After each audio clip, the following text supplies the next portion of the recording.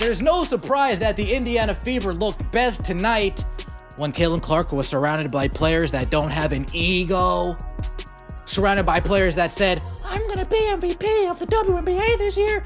You see how easy it is when you just let Caitlin play ball and others follow suit? Finally, Caitlin Clark finally reminded everyone why she is that girl after months of fighting doubt and seeing detractors and doubters seize every opportunity. The Indiana Fever not only defeated the Atlanta Dream on Friday night, but also demolished them 9,982 in a performance that silenced everyone who ever questioned whether this team and this player were better without their superstar. It is now a final 99-82. Right here, 29 points in the third quarter, 30 points in the fourth quarter. That might be the best second half of the season, the best fourth quarter of the season. Look at these bench points. 29 bench points tonight. And they withstood an absolute barrage by Jordan Canada, who had 26 points in the first half. The critics said the Fever was better without Clark. They said she was ball dominant. They said the crew had more weapons when she wasn't on the ground. So where are they now, because that tale completely collapsed in front of us on Friday night, when Clark showed that she could dominate the game without having control over the scoreboard. It all started. An inconsistent ride for Indiana, and for Clark as well, who's had to fight through a lot of injuries. But I think the encouraging thing from Cece was the fight that she showed on the floor. Clearly, she's not quite at 100%, still working her way back, hasn't found her three ball yet, but what she did was attack. She used the physicality against the defenders by putting her head down and going to the basket. That opened things up for her playmaking, which of course is another genius aspect of her game. Once that started clicking, Let's talk about what truly happened in this case. Sophie Cunningham came off the bench like a woman possessed, scoring 16 points and grabbing 10 rebounds in a masterclass performance. But here's the good part: Clark wasn't the target of Cunningham's game. Clark was the reason Cunningham was playing. In every one of their possessions, you could feel the explosive energy between these two. Sophie Cunningham, folks, this might have been the best Sophie Cunningham game she's played so far for the Indiana Fever. When she hit those nail-in-the-coffin threes against the Minnesota Lynx, we were already up in that game. Yes, nail-in-the-coffin, awesome. But we were down in the third quarter. We were down 52-47 in the third quarter. And we came back and won. And that started with Sophie Cunningham hitting a big three. For weeks, the Fever's detractors said that they were more dangerous without Kane Clark. On television, Carolyn Peake of ESPN really said that when Clark isn't playing, Indiana is more dangerous. Do you believe it is feasible? The audacity. They even tried to convince us that the player who broke attendance records, the WNBA's best rookie, and the woman who kept the league alive on her own was somehow preventing her club from moving forward. But on Friday night, revenge was met with a frigid reception. Didn't I say that they need Caitlin Clark? I mean, come on, guys. See, this is why you don't listen to ESPN. Idiots like Carolyn Peck said they are more dangerous without Caitlin Clark. It's such the... She should be indicted and go to jail for that comment. That's one of the dumbest comments. In the end, Clark finished with 12 points and 9 assists. But such numbers don't really reflect the reality. She was only 5 of 17 from the field and had trouble making three-pointers, but she had an impact on every possession. She was the leader, the mastermind, and the one who made everyone around her better. When the team needed it most, behind by 3 points in the third quarter, Clark's leadership and court vision turned a close game into a landslide victory. So, the big way they were able to neutralize Caitlin Clark, and I think it was almost an issue with Stephanie White as much as anything, is they were manhandling her. They were manhandling Caitlin Clark early in that game. Like, they had two hands on her. They were fully getting into the we are grabbing her and we don't really care. Like, that was their goal. Their goal was they were out there to maul Caitlin Clark. They had no, they had absolutely no intention of doing anything other. If you're enjoying it, please subscribe. Do you want to know what made this game so beautiful? Sophie Cunningham came out of the bench like a mad woman. God, oh God, Sophie Cunningham. This woman arrived on the scene and immediately demolished the Atlanta Dream. When it came down to it, Sophie Cunningham was making 4 out of 5 3-pointers.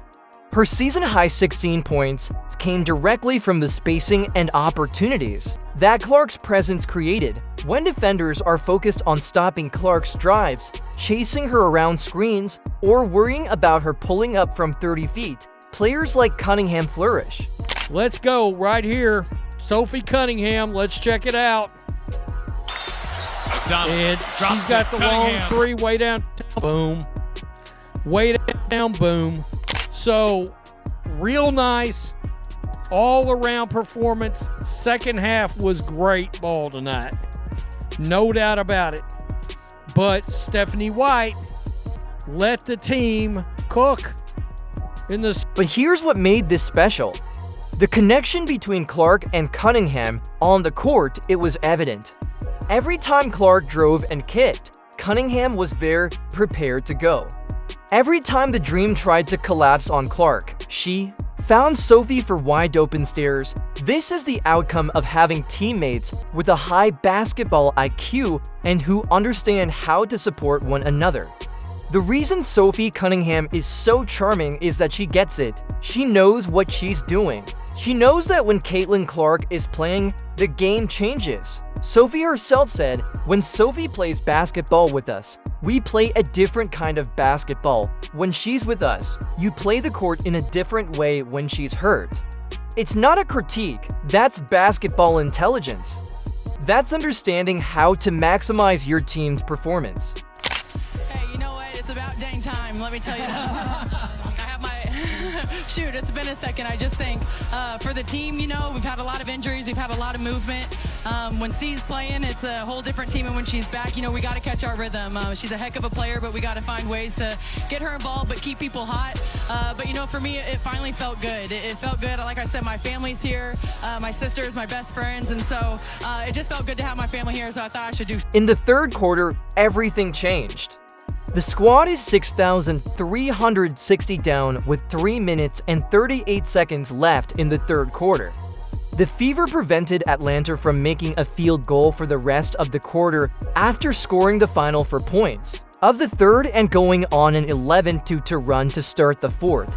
They took an 8,067 advantage. It was double digits from that point until the last buzzer. This was more than just one individual playing an amazing game. In this instance, Clark's leadership made everyone around her better. Kelsey Mitchell led the squad with 25 points. Aaliyah Boston scored 19 points and dished out 8 assists. The Fever suddenly looked like the squad that everyone had expected them to be at the beginning of the season. With their second half total of 59 points, the Fever tied for the most points in any half over the previous 7 seasons. This season, they also had the most points in any half. It's not an accident either. That's the outcome of having a player who makes a positive impact on everyone around her, who attracts attention even when she doesn't shoot, and who makes opportunities for teammates just by being on the court. Caitlin be herself. We started playing an up-tempo type style that forced the Atlanta Dream to react to what we were doing. Instead of us trying to counterpunch, Atlanta Dream, they found themselves against the ropes. And there we were, Kelsey Mitchell in the third quarter, slugging away. Sophie Cunningham in the third quarter, slugging away. AB in the fourth quarter. In reference to athletes who failed to make an impression, Brittany Grier was absent. The same Brittany Grier, who has been vocal about her feelings for some league players and has voiced her displeasure of the attention Clark receives, was utterly silent when it came to the matter. Even though her team really needed her help, Grier only managed a meager 10 points and 8 rebounds in the game. She seemed frustrated throughout the evening, especially when she was up against Aaliyah Boston, as she only made forever 11 field goals. For someone who is supposed to be this dominant force in the paint, and who has been skeptical of other players getting attention, she didn't do much to attract attention to herself. This is the same Brittany Grier who, after discussing Let's Get It on social media before the game, was completely outperformed by a Fever team that was supposed to be struggling. She's averaging career low numbers this season: 1 block, 2 rebounds, 5 rebounds, and 10 points, and on Friday night, it was clear why. This game, in the second half, we didn't take our foot off the gas. We put our foot on the throat of the Atlanta Dream.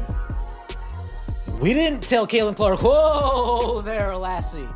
No, we said, Caitlin Clark, roam free. Fly like a butterfly. Flap your wings, spread your wings, and watch the team. For months, the cliche has been that the Fever were better off without Clark. According to ESPN's Carolyn Peck, Indiana was more dangerous when Clark wasn't playing because she was ball dominant. That story gained greater attention when the Fever won a few games without her when she was sidelined by an injury. However, this is what really happened. Due to injuries, Clark missed the final 5 games, and the Fever lost 2 of 3. They struggled to finish games, they missed her playmaking and pivotal moments. They also looked like a team without its best player, which is exactly what they were. The definitive answer to all of those complaints was given by the performance. On Friday night, Clark didn't need to score 30 points to prove her worth. She didn't need to take 20 shots to prove herself. She proved that her impact goes far beyond the box score, that every teammate benefits from her presence, and that this team only plays at its peak when she is on the court. They need Caitlin Clark. Caitlin Clark sets her teammates for success, sets better plays, better passing. I guarantee you, Caitlin Clark played that game, they would have won. I mean, come on, the matchup would have been. Do you know why these performances are so beautiful? The silence that followed. Now the critics are gone. There are no traces of those who claimed that the Fever was better without their best player. There is no trace of the experts who pushed the notion that Clark was preventing this squad from moving forward. They are nowhere to be discovered because there is nothing else to say. Watch as Sophie Cunningham makes for a 5 3-pointers, Kelsey Mitchell scores 25 points, and Aaliyah Boston contributes 8 assists, all of which happened because of Clark, not in spite of her. The fact that Clark can have an off-shooting night and still have complete control over the game indicates that she is playing at a high level. In addition to being a scorer, she is a leader, a floor general, and a player that makes everyone around her better just by being on the court. Sophie Cunningham showed up. This was the kind of game that we've sort of been waiting on from Sophie. Her breakout Indiana Fever performance. The rebounds were huge. By the way, she had, I believe, 7 or 8 rebounds in the first half of this game. All right, before she started knocking down all the... This is the aspect of Caitlin Clark that drives her critics absolutely insane. She knows exactly what she can do. She doesn't need to prove anything to anyone since she lets her basketball speak for itself. When the naysayers become loud, the doubters begin to question her, and the haters begin to pile on. She just goes out and reminds everyone why she is the face of women's basketball. On Friday night, Clark was still healing from an injury, but she was still regaining her game form and maintaining control of the game flow. She has missed a couple games this season due to injury issues, but every time she plays, she shows why the Fever are a completely different squad. The good news is that Clark's condition will only improve. As she recovers, plays more consecutive games, and gets used to the dynamic of this team, the three-pointers will begin to fall more. Frequently, the score numbers will increase as the dominance becomes ever more apparent. An aggressive Caitlin Clark frees up every single player for constant wide open shots. I don't care about this grit and grind basketball where you have to take difficult shots.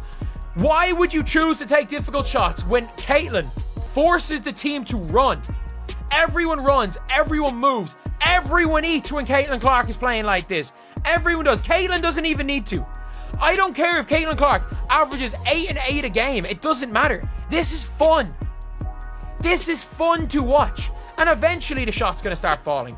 Eventually it's going to start falling. The Because you events don't of forget- Friday night were not merely a triumph, it was a proclamation. Clark and the Fever demonstrated to everyone that the clamor, criticism, and uncertainty were all mere hyperbole. When healthy, with Clark playing and Sophie Cunningham providing energy off the bench, they proved they could beat any team in the league. Cunningham and Clark have a special chemistry. Basketball players at the championship level are distinguished by their ability to support, encourage, and complement one another. It serves as the base on which you construct, and the haters will keep quiet for a time because they know what is going to happen.